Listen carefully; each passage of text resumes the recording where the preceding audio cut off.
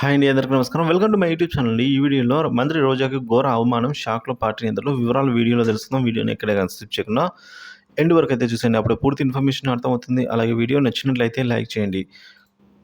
మంత్రి రోజా ప్రచార రథాన్ని అయితే వడమాలపేట మండలంలో వేమాపురం గ్రామస్తులు అడ్డుకోవడం జరిగిందండి.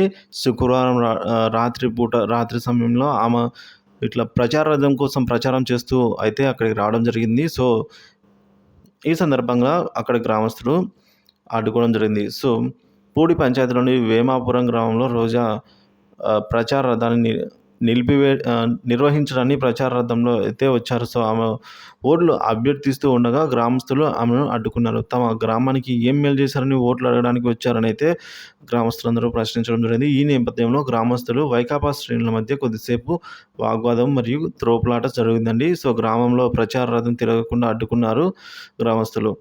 పోలీసులు అక్కడికి వచ్చినా నచ్చజెప్పినా కూడా వారు వినలేదు. ఆమె ప్రచార రథం ఎక్కడంతో గ్రామస్తులు ఇళ్లకు తాళాలు వేసి నిరసనలు వ్యక్తం చేశారు.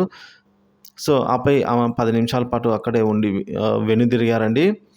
సో ఇది ఇలా ఉండగా చిత్తూరు జిల్లా నగిరి నియోజకవర్గంలో మంత్రి ఆర్కే రోజాకు ఎదురు దెబ్బ తగిలింది.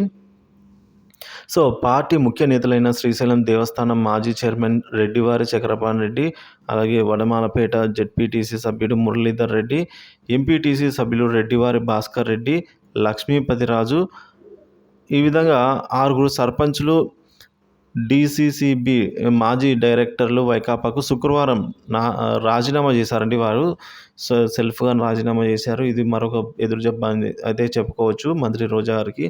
సో తమ పార్టీలో సముచిత స్థానం కల్పించలేదు అన్న కారణంగా, అలాగే పార్టీ అధికారంలోకి వచ్చాక తమను దూరం చేశారని పలుమార్లు అధిష్టానం దృష్టికి తీసుకెళ్లారు వీరంతా కూడాను. కానీ ఆమెకు టికెట్ ఇస్తే ఓడిపోతారని చెప్పినా కూడా అధిష్టానం వీరి మాటలను కాదని ఆమెకే టికెట్ ఇవ్వడంతో వారంతా సెల్ఫ్గా రాజీనామా చేసి నిరసన వ్యక్తం చేశారు. సో మరోవైపు ఇప్పటికే ఆమె నియోజకవర్గంలో తాయిలాలు ఇచ్చి కొందరిని పార్టీ వీడకుండా జాగ్రత్తలు తీసుకుంటున్నారని అయితే టాక్ వస్తుంది. ఇక ఈ విధంగా ఈలోపు మరికొందరు వెళ్ళిపోవడంతో పార్టీలో కలకలం రేగింది. ఇప్పటికే మొదలయ్యార్ వర్గానికి చెందిన నాయకుడు మాజీ ఎంపీపీ ఎలుమలై రాజీనామా చేశారు. సో ఆయన పుత్తూరు నగరిలో పర్యటించి మంత్రి అవినీతి అక్రమాలపై ప్రచారం చేస్తున్నారు. ఆయన వెంట ఉన్న క్షత్రియ సామాజిక వర్గ నాయకులు సైతం ఏకతాటిపై వచ్చి ఆమెకు వ్యతిరేకంగా ఈ విధంగా ప్రచారం చేస్తున్నారండి. సో ఈ విధంగా మంత్రి రోజాకు ఘోర అవమానం జరిగింది అని అయితే చెప్పుకోవచ్చు.